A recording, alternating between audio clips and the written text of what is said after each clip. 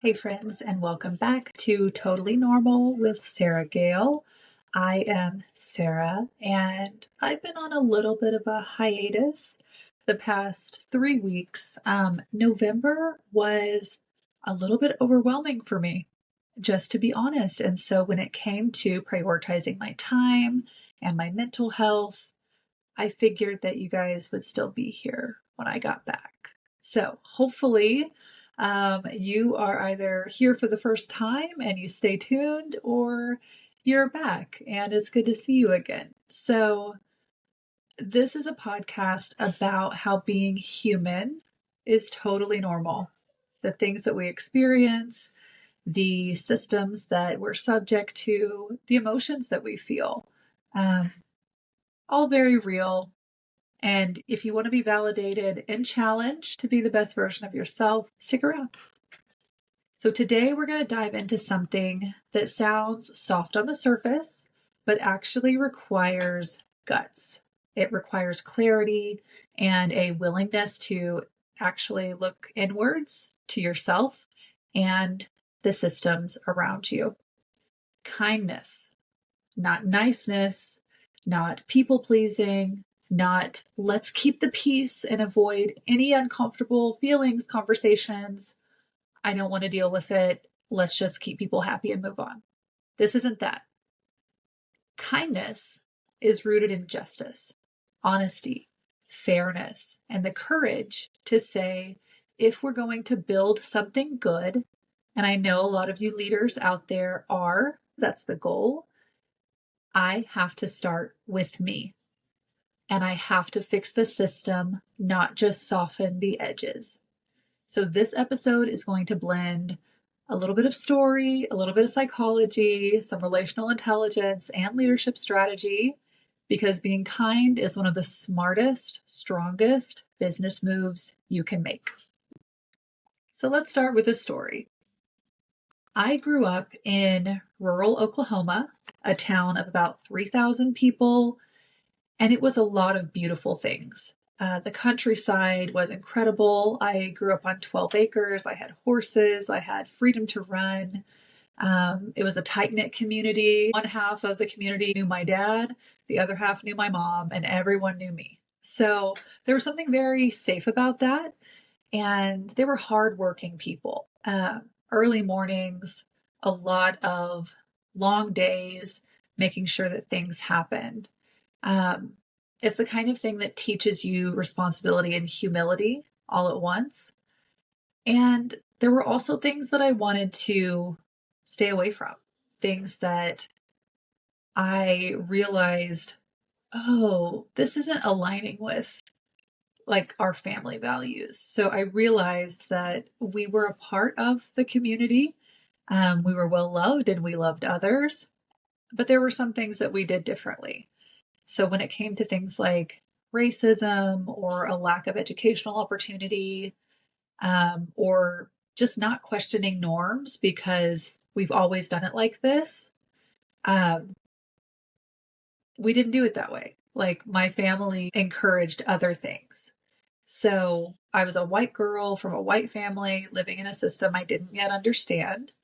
But I started to see things happen bit by bit as my little brain developed. And seventh grade was a catalyst for me and the values that I hold.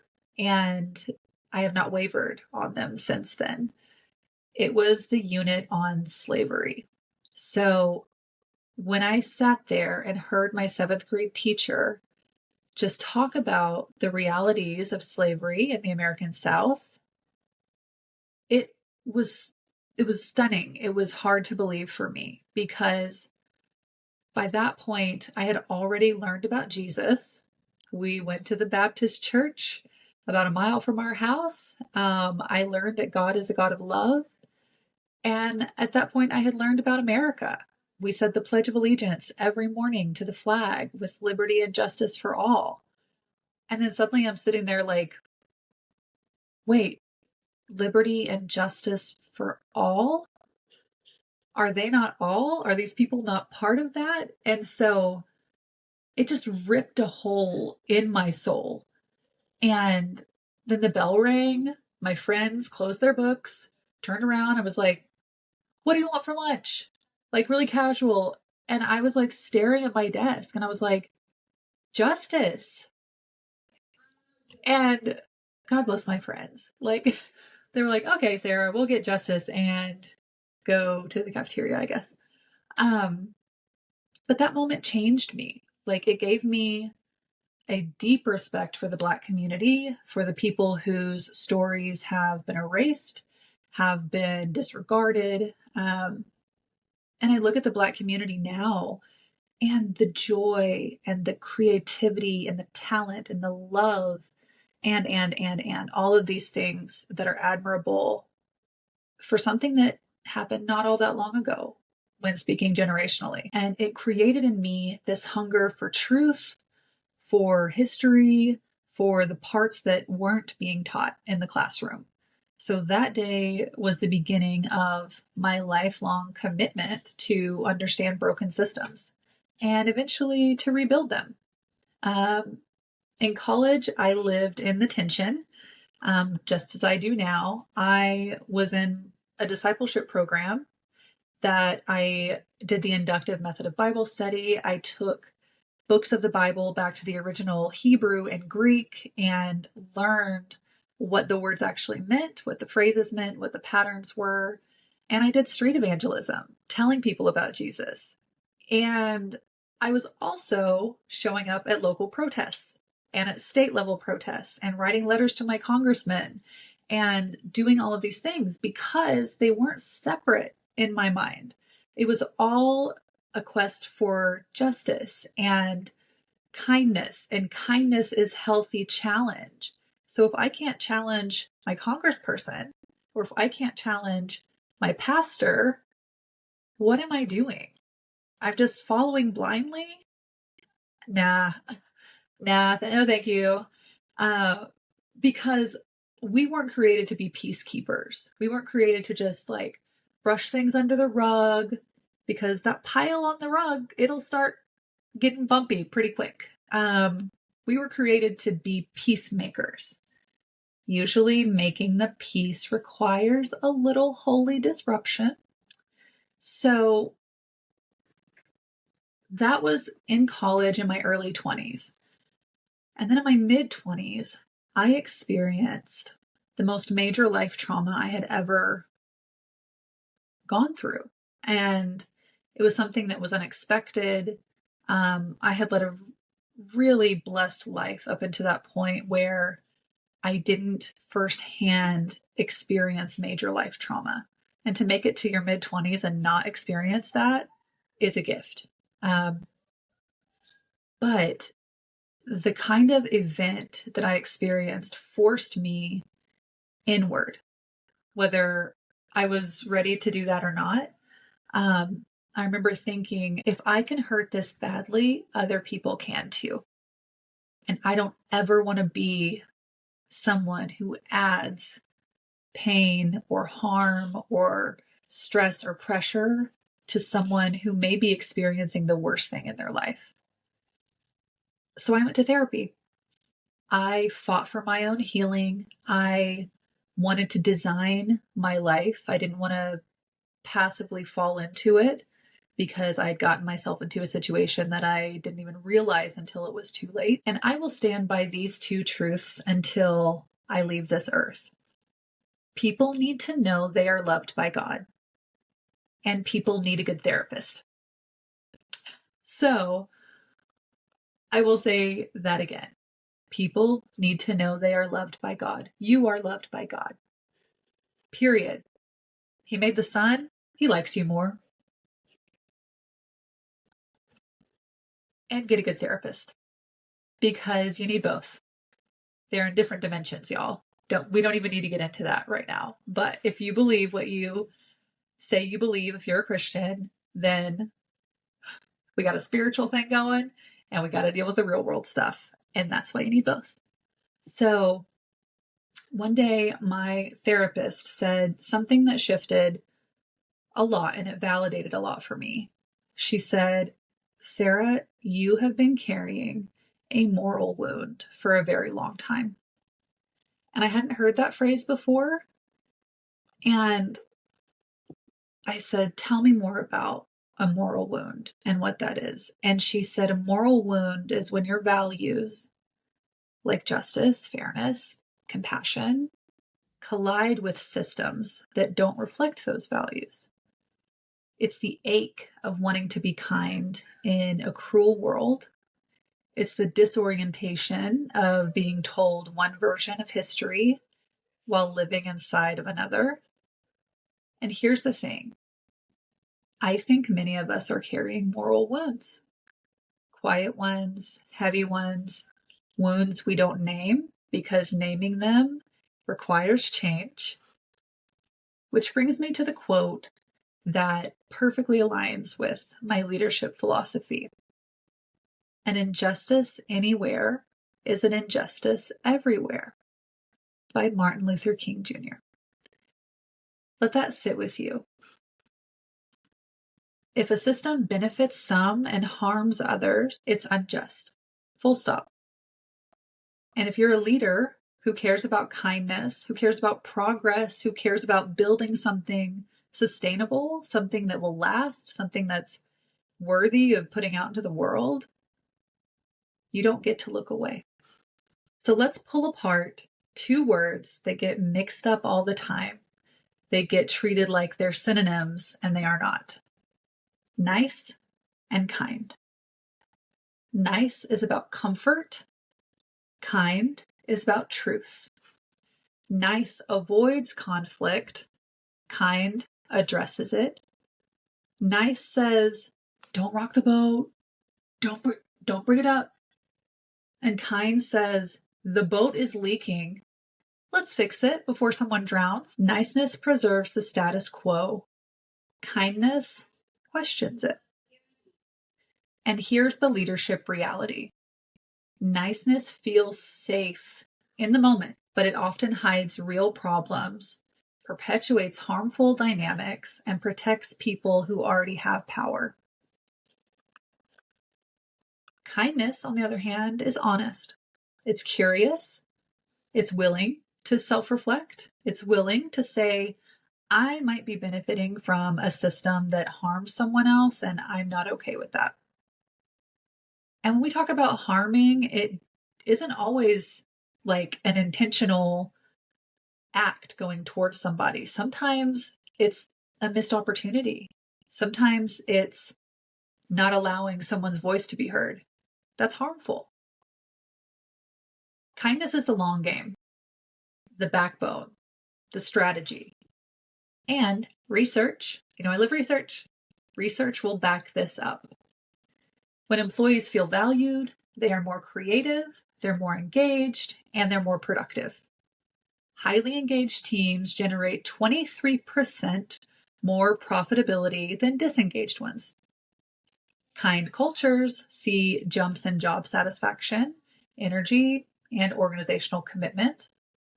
And leaders who model authentic pro-social behavior or relational intelligence increase retention, trust, and innovation. So when I say kindness is a leadership strategy, I'm not just talking in metaphors, like I'm talking in metrics. It will affect your KPIs. It will affect your ROI. It will affect these things that you look for, these numbers that you want to go a certain direction. Kindness affects those things. Niceness feels good in the moment, but kindness works. Let's talk systems. How you hire, how you promote, who gets a voice, who gets mentored, who gets invited into the room, who is assumed competent before they even walk in. We're all shaped by systems we didn't choose. Some help us, some harm us, some we didn't notice until someone says, hey, I can't get through this door. You keep walking through. I'm stuck. When I worked with the NAACP for almost a decade, I saw firsthand how systemic injustice shows up in policy, in policing, in education, in healthcare, in workplaces. It's all connected. If you don't intentionally build fair systems, you will unintentionally replicate unjust ones. Kindness is not a personality trait. It is a structural commitment. You build kindness into your job descriptions, into your pay equity, into transparent promotion pathways, cultural norms, flexible policies, psychological safety, how you talk to people, how you listen, how you repair harm, disagreements, miscommunications. Kindness becomes the infrastructure and the people flourish. Now let's talk money for a second. Companies that cut corners on people eventually pay for it in brand trust, customer loyalty, public perception. We live in the era of TikTok and camera phones and social media. You can't hide bad culture anymore. Employees talk, customers talk. The internet definitely talks. You're going to get strangers giving their takes on your brand. Here's what the research shows. Teams in the top engagement quartile have significantly lower turnover, higher productivity, and higher profitability. Kind cultures see 44% greater organizational commitment, and when employees feel respected, creativity skyrockets, which means innovation skyrockets, which means revenue follows. It means you get an edge on your competitors. We want that. You want that. So kindness, yeah, it's good for humanity and it's good for your margins. Let's land the plane with some practical steps. Look inward. It starts with you. That Michael Jackson song, Man in the Mirror. Check it out if you haven't heard of it. It's pretty good. Ask yourself, where might I be carrying a moral wound? Where might my values not be aligning with the current systems around me? What biases do I still hold? Where am I being nice instead of kind? Audit one system. Pick a single process, like your onboarding, how you conduct meetings, how you structure PTO, promotions, hiring. Pick something and ask yourself, who benefits from this? Who struggles in this? Whose voice is missing in this? And what assumptions are already baked in to this process? Build infrastructure for fairness. This is where kindness becomes design. Clear expectations, transparent pathways, diverse decision makers, psychological safety, repair practices, accountability that's actually fair, and model it. Your team needs to see you doing these things. They need to see you with humility, honesty, openness, apology, listening, boundaries that are healthy, and accountability with compassion. And you're already in the habit of this probably. Measure. Look at your data. Look at your engagement, retention, your pay equity, culture surveys, qualitative feedback that you can take, point to, and see which direction they're going, positive or negative. And I have resources for that. So if you want to DM me, if you want to send me an email, sarah@goeverkind.com, I have tools to help you measure these things. And there's a really big tool that's about to release. So excited about that. Kindness isn't a vibe. It's a strategy. It's a practice. It's an action that you choose to do. It's not niceness. It is honesty. It is justice.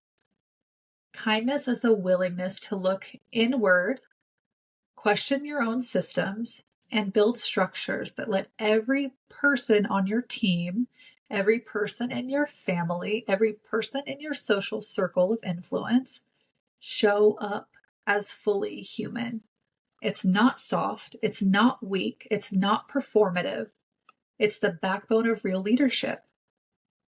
And if you're listening and thinking, wow, this is overwhelming, friend, that is normal. Being human is totally normal. And wanting to do better is a beautiful sign that you're on the right path. Because a lot of people don't. So choose one system this week. Ask who benefits, who doesn't, what can I shift? And thank you for being here. Thanks for spending a little bit of time with me. I hope you have the best day. And again, I would love to hear from you. Comment, DM, email me, call me, beat me if you want to reach me, and I'll talk to you soon.